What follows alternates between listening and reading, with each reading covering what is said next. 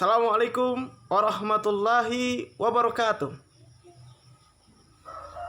Alhamdulillahirrabbilalamin. Wassalatu wassalamu ala rasulillah wa ala alihi wa ashabihi ajmain, amma ba'du. Segala puja dan puji syukur marilah kita panjatkan kehadirat Allah subhanahu wa ta'ala. Salawat serta salam senantiasa kita curahkan kehadirat junjungan kita Nabi Allah Muhammad sallallahu alaihi wasallam beserta keluarganya, sahabat-sahabatnya, serta kaum muslimin yang tetap istiqomah sampai dengan hari berbangkit kelak. Baik anak-anakku sekalian, marilah kita membuka pelajaran dengan sama-sama mengucapkan basmalah. Bismillahirrahmanirrahim. Disusul dilanjutkan dengan doa belajar. Rabbi zidni ilman warzuqni fahman. Ya Allah, tambahkanlah kepadaku ilmu pengetahuan dan kefahaman kepadaku. Baik, anak soleh. Apa kabarnya pagi hari ini? Insya Allah tetap semangat membela Islam. Allahu Akbar. Ya, kita harus senantiasa tetap dan terus semangat untuk belajar, untuk ibadah, dan untuk tetap menimba ilmu dimanapun kita berada. Di rumah, di sekolah, di lapangan, di mana-mana saja. Kita berupaya, kita berharap semoga apa yang kita lihat, apa yang kita rasakan menjadi pelajaran buat kita, sehingga kita dapat mengambil kesimpulan dan ibrah dari setiap apa yang kita lakukan. Masya Allah. Baik, anak-anakku sekalian yang selalu hormati Allah Subhanahu wa taala, apa yang akan kita pelajari pada kesempatan pagi hari ini?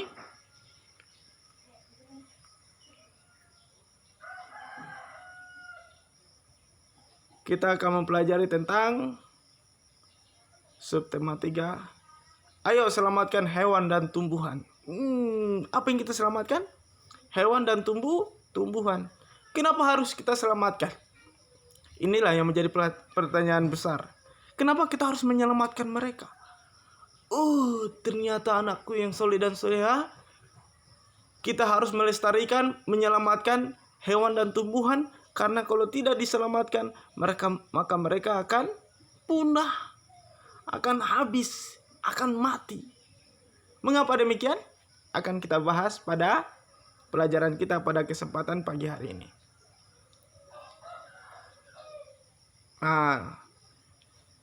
Tujuan pembelajaran.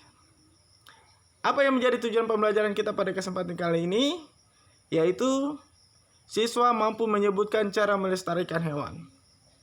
Kemudian siswa mampu membuat kesimpulan dari teks yang dibaca menggunakan kosakata baku. Apalagi siswa mampu membandingkan kondisi politik dari dua negara ASEAN. Wah, berat ini. Oke, kita lanjut lagi ya. Nah, ada hewan ini. Ini hewan apa ini? Ini namanya harimau Sumatera. Apalagi nih? Ada badak bercula 1. Apalagi yang muncul? Ternyata ada gambar anoa. Ini hewan pandemik Sulawesi Tenggara. Apalagi? Orang utan. Imutnya minta cium. Apalagi nih? Ada Patrick. Kok Patrick? Patrick hewan langka juga ya. Patrick salah satu hewan yang terdapat di laut, namanya bintang laut. Nah, tapi bukan itu pembahasan kita ya, anakku yang soleh dan soleha. Tahukah kamu bahwa hewan-hewan yang Ustadz sebutkan tadi, harimau Sumatera, badak bercula 1, anoa, dan orang utan adalah hewan-hewan langka yang dilindungi di Indonesia. Mengapa hewan-hewan tersebut menjadi langka dan harus dilindungi? Mengapa? Mengapa? Kira-kira mengapa, anakku yang soleh? Kita akan lanjutkan lagi. Kita harus cari tahu ini, kenapa mereka langka. Ternyata anakku yang soleh, bertambahnya jumlah penduduk dunia dan semakin meningkatnya kepentingan manusia menyebabkan hutan di dunia semakin terancam kelestariannya. Benar itu Ustadz. Benar sekali anakku yang soleh dan soleha. Ustadz dulu waktu masih kecil, rumahnya Ustadz dengan tetangganya Ustadz itu jauh-jauh, berjauh-jauhan jaraknya. Sekarang Ustadz kalau pulang kampung, Ustadz kaget. Kanan rumah, kiri rumah, belakang rumah, depan ada rumah lagi. Penuh semua rumahnya. Berarti jumlahnya semakin banyak. Bahkan Ustadz lihat, dulu yang pernah jadi tempat Ustadz cari burung-burung yang terbang itu, yang bagus-bagus jenisnya, Ustadz cari di hutan. Sekarang Ustadz kaget. Kenapa? Karena hutannya sudah habis. Hutannya sudah gundul. Hutan profesor. Di pinggir-pinggir masih ada, di tengah-tengah sudah habis. Sudah gundul, ditebangi oleh manusia untuk pembangunan dan juga untuk pengembangan wilayah pemukiman. Hah? Kenapa lagi tuh Ustadz wilayah pemukiman bisa berpengaruh? Iya iyalah, coba kita lihat. Di Kendari saja misalnya anakku yang soleh dan soleha, kita lihat ternyata banyak sekali BTN. BTN itu dibuat di mana? BTN itu dibuat rumah, maksud saya rumah ya. Rumah itu anakku yang soleh, rumah pemukiman itu dibangun di atas mana? Di atas tempat yang dulunya dijadikan sebagai tempat penyerapan air, yaitu hutan-hutan. Wah, jadi hutan-hutannya ditebang dulu, pohon-pohonnya ditebang dulu, baru kemudian ditanami, atau lalu kemudian di atasnya dibangun rumah-rumah. Begitu anakku yang soleh. Sehingga tempat penyerapan air menjadi hilang, tempat hidup makhluk hidup juga hilang. Akhirnya mereka ada di mana? Mereka karena tidak bisa menyesuaikan diri dengan lingkungannya, akhirnya mereka mati. Dan ada juga yang pergi ke pemukiman. Karena masuk di pemukiman, masyarakat jadi takut. Akhirnya hewan itu dibunuh, dimatikan. Kasihan. Jadi, ayo selamatkan hewan dan tumbuhan. Bagaimana caranya? Nah, kita lihat lagi.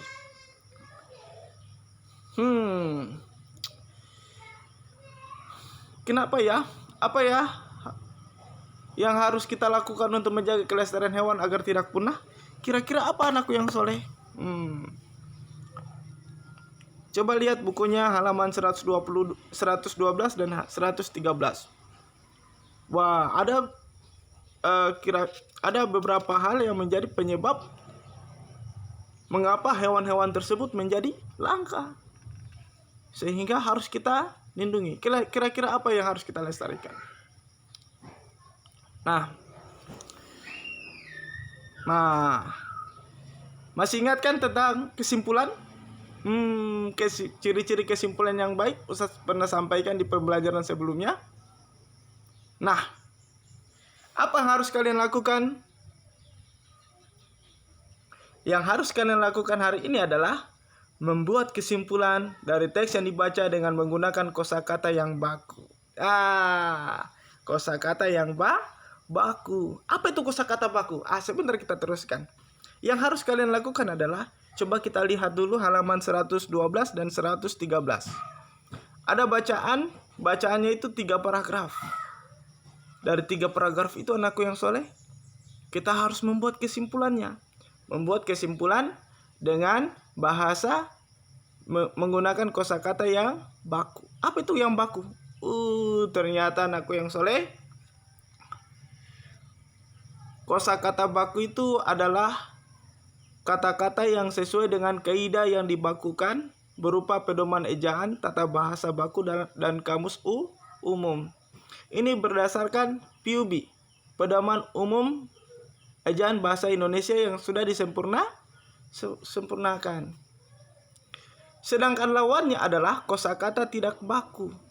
Kosakata yang tidak sesuai dengan kaidah bahasa Indonesia yang biasanya berbentuk dalam bahasa tutur atau bahasa percakapan sehari-hari. Misalnya apotik. Apotik. Padahal tulisan sebenarnya adalah apotek.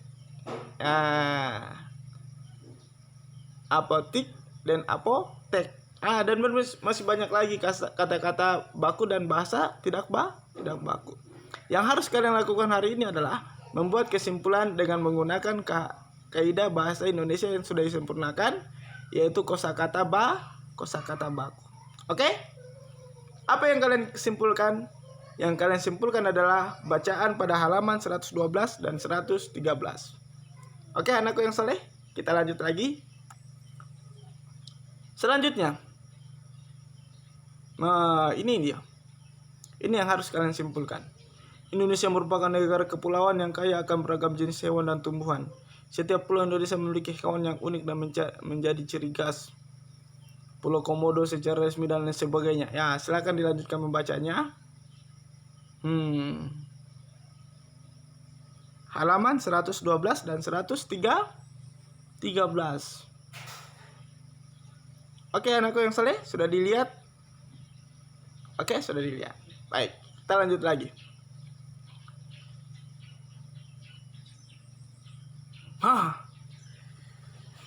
Ini kita akan mempelajari kembali tentang kawasan Asia Tenggara. Ternyata kawasan Asia Tenggara ini juga terdiri atas wilayah yang terdiri atas gugus kepulauan karena perairannya luas, dibatasi oleh Laut Cina Selatan dan perairan India. Nah, anakku yang soleh dan soleha, karena negara ASEAN itu luas, otomatis negara ASEAN harus dikelola dengan tata kelola yang baik. Dinamakan sebagai sistem pemerintahan, sistem perpolitikan di setiap negara. Nah, karena wilayah ASEAN terdiri atas 10 negara dengan karakteristik budaya yang berbeda-beda, maka mereka juga memiliki sistem pemerintahan yang berbeda, sistem perpolitikan juga yang berbeda. Negara-negara di kawasan Asia Tenggara mempunyai sistem pemerintahan yang berbeda-beda. Namun pada dasarnya semua berbentuk republik, kecuali Thailand, Kamboja, Laos, Malaysia, dan Brunei Darussalam yang berbentuk kerajaan. Apa saja perbedaan? Karakteristik politik, karakteristik sistem pemerintahan di tiap negara-negara ASEAN kita akan bahas. Nah, kepala negara. Apakah itu kepala negara sebenarnya? Ada kepala negara, ada kepala pemerintahan, ada presiden, ada perdana menteri, ada raja, ada ratu. Wah, apalagi itu istilahnya, Ustadz? Inilah yang akan kita bahas ya, anakku yang soleh dan soleha. Kita akan bahas dulu tentang kepala negara. Apa itu kepala negara? Ini adalah kepala negara mempunyai gelar berbeda di negara yang berbeda sesuai dengan bentuk negara tersebut. Wah, semua hampir beberapa negara berbeda penyebutan untuk kepala negara. Misalnya sistem pemerintahan monarki. Monarki ini artinya kerajaan, anakku yang soleh. Kalau kita bicara tentang monar atau monarki, itu berarti sistem pemerintahan kerajaan dipimpin oleh raja. Apa saja gelarnya? Gelarnya adalah raja atau ratu. Misalnya Arab Saudi, Raja King Abdul Aziz. Di Switzerland, Swiss. Di Thailand, ada Raja Thailand, saya lupa nama. Ada Britania Raya. Britania Raya dipimpin oleh Ratu Elizabeth. Di Maroko, di Spanyol, dipimpin oleh raja. Sedangkan ada lagi nama Emir. Ada raja, ada ratu, ada juga Emir. Emir Hasan. Yaitu di Kuwait sama di Qatar, Emir. Ada lagi Kaisar. Kaisar ini berarti dia kepala pemerintahan yang hanya khusus berada di Jepang. Ada lagi namanya pangeran. Pangeran ada di Monaco. Ada sultan. Bukan Sultan Raffi Ahmad ya. Sultan ini contohnya yang berada di Brunei dan Oman. Sultan. Dulu nama-nama raja-raja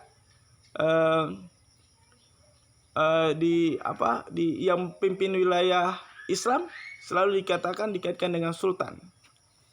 Sultan Hasan Bolkiah di Brunei, contohnya. Ada juga dulu Pangeran Diponegoro. Dia memimpin pasukan yang terdapat di wilayah Jawa. Yang di Pertuan Agong ini biasanya raja-raja kecil yang berada di Malaysia. Paus, ada juga Paus Paulus, Paus Benedictus. Ini Paus adalah gelar tertinggi yang disematkan kepada kepala pemerintahan yang berada di negara kecil dunia, yaitu di Vatikan.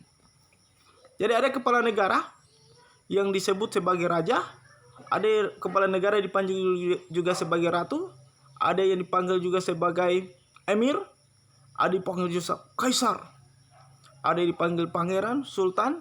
Yang di Pertuan Agung ada juga dikatakan sebagai paus. Namun sistem pemerintahan republik biasanya dipanggil dengan sebagai presiden.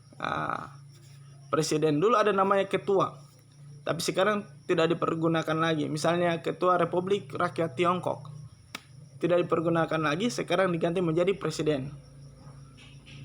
Presiden Xi Jinping di Cina, Presiden Jokowi, Presiden Donald Trump, dan lain sebagainya. Contohnya ya, Presiden Turki Recep Tayyip Erdogan yang telah menjadikan Hagia Sophia sebagai masjid yang dulunya digunakan, yang selama 100 tahun, 1 abad lamanya digunakan sebagai, dialihfungsikan menjadi museum. Sekarang alhamdulillah, kemarin kita mendengarkan hari Jumat, kita mendengarkan azan pertama dan sholat Jumat pertama di sana. Masya Allah, subhanallah.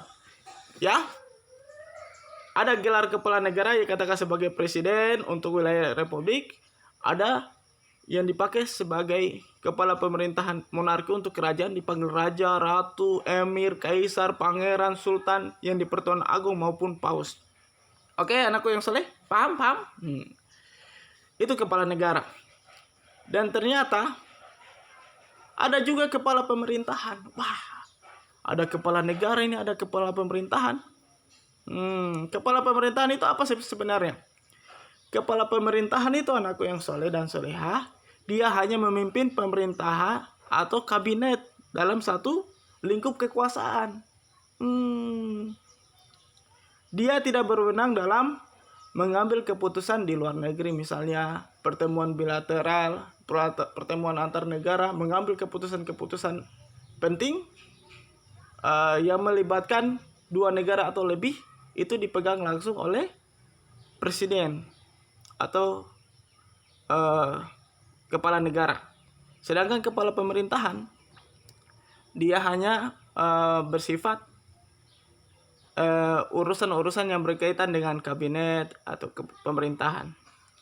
Biasanya ada kepala pemerintahan, dia termasuk dalam sistem parlementer. Ini ada penjelasannya. Dalam sistem parlementer, kepala pemerintahan biasanya adalah Perdana Menteri yang ditunjuk oleh presiden atau dipilih langsung oleh rakyat. Ada kepala pemerintahan, ada Perdana Menteri yang ditunjuk langsung oleh presiden, kepala pemerintahan, kepala negara.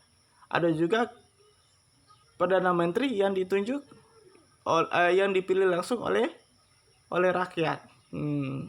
Misalnya Perdana Menteri di Inggris sana.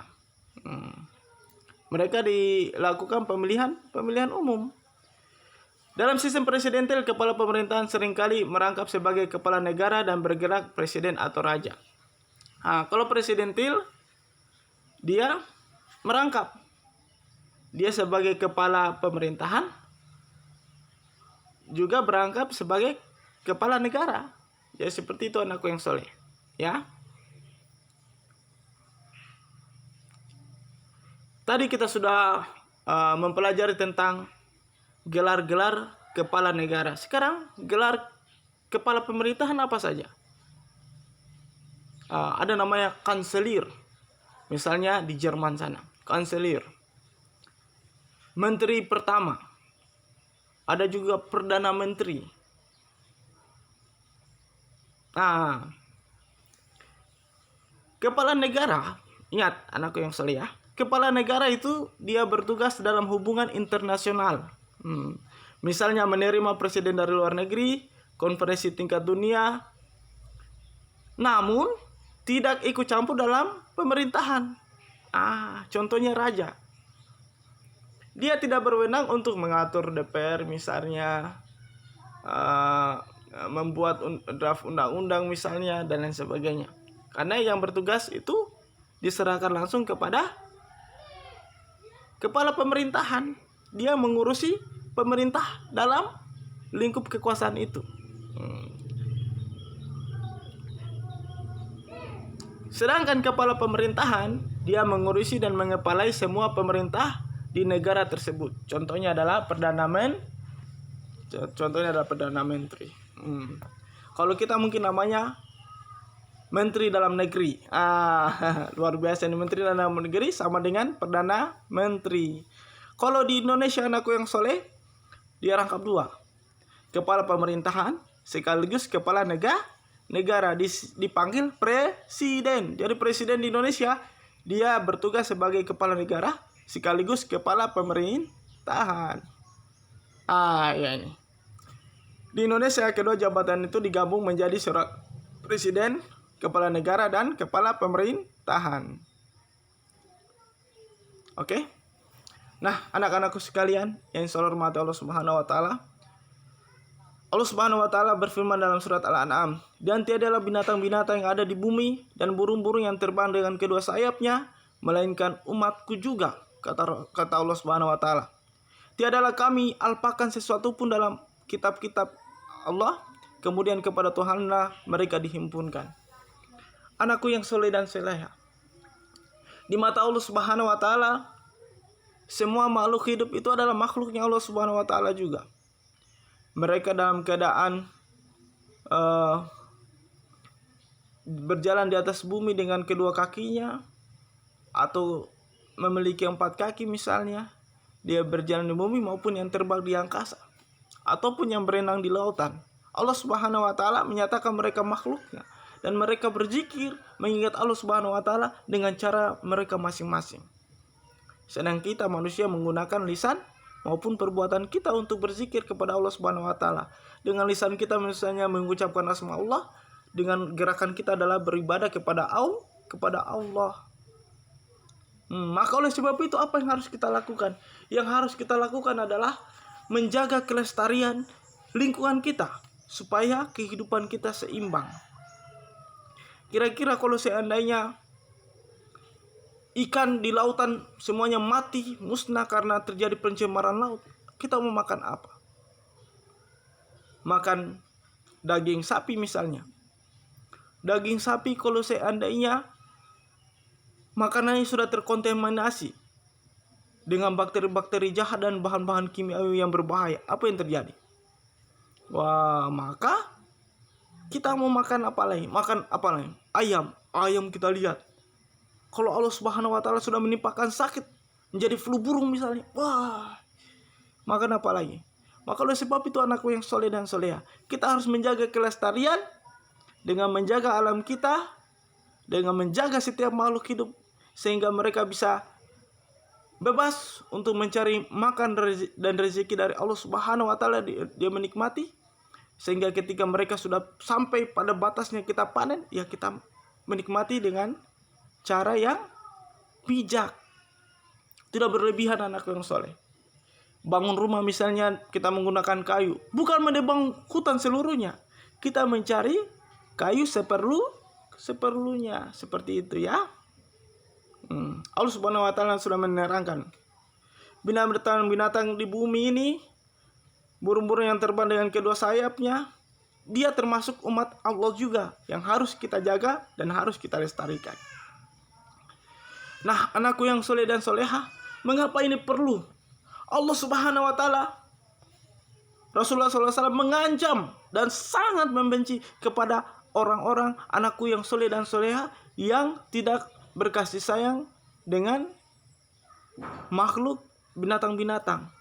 Makanya ketika Rasulullah mengatakan ada seorang wanita di sisi Allah Subhanahu wa taala pada hari kiamat, padahal mungkin dia sholat, padahal mungkin dia berbakti kepada kedua orang tuanya, mungkin juga dia suka bersedekah, tetapi apa yang membuat dia tersiksa di neraka Allah Subhanahu wa taala? Ternyata ia pernah mengurung kucing, mungkin jengkel karena suka kencing, suka beol sembarangan misalnya, padahal kucing tidak pernah beol sembarangan ya. Dia pasti mencari tempat. Kencing bulunya mengganggu, jelek mungkin jarang dikasih mandi itu kucing, atau ada cacat sedikit itu kucing. Dia jengkel. Apa yang dilakukan? Dia kurung kucing itu dalam satu kurungan dan dia biarkan kucing itu sampai mati kelaparan. Dia tidak berikan makan. Sehingga apa yang terjadi? Rasulullah, Allah Subhanahu wa taala, Rasulullah dan orang-orang beriman melaknat perbuatan itu. Ya. Seorang wanita di sisi Allah pada hari kiamat lantaran mengurung seekor kucing sehingga kucing itu mati. Untuk itu Rasulullah melarang manusia berlaku kejam terhadap binatang, karena hewan memiliki interaksi dengan dunia lain yang tidak bisa dilakukan manusia, tetapi manusia dapat memanfaatkan untuk memanjatkan doa seperti diajarkan Rasulullah ketika ada ayam berkokok dan rikikan sapi. Dalam hadis Abu Hurairah, apabila kamu mendengar ayam berkokok, maka mohon kemurahan dari Allah, karena pada saat itu ayam tersebut melihat malaikat. Dan apabila kamu mendengar ringkikan keledai, maka berlindunglah kepada Allah dari kejahatan setan, karena pada saat tersebut keledai melihat setan. Hati-hati ya anakku yang soleh ya. Makanya pagi hari ketika kita mendengarkan kokokan ayam, maka pada saat itu kita harus berdoa. Siapa tahu doa kita diijabah. Siapa tahu malaikat mengamini doa kita, dan siapa tahu malaikat membawa doa kita sampai ke langit, dan pada saat itu doa kita langsung diijabah oleh Allah. Makanya anakku yang soleh jangan malas ya bangun pagi ya. Harus senantiasa sholat tepat waktu saat subuh. Baik, demikianlah apa yang dapat Ustaz sampaikan. Lebih dan kurangnya mohon dimaafkan. Apa yang kita pelajari hari ini yaitu membuat kesimpulan tentang isi bacaan. Lalu kemudian kita akan membedakan tentang sistem perpolitik yang ada di negara-negara ASEAN. Demikian yang Ustaz sampaikan. Lebih dan kurangnya mohon dimaafkan. Billahi taufiq wal hidayah. Assalamualaikum warahmatullahi wabarakatuh.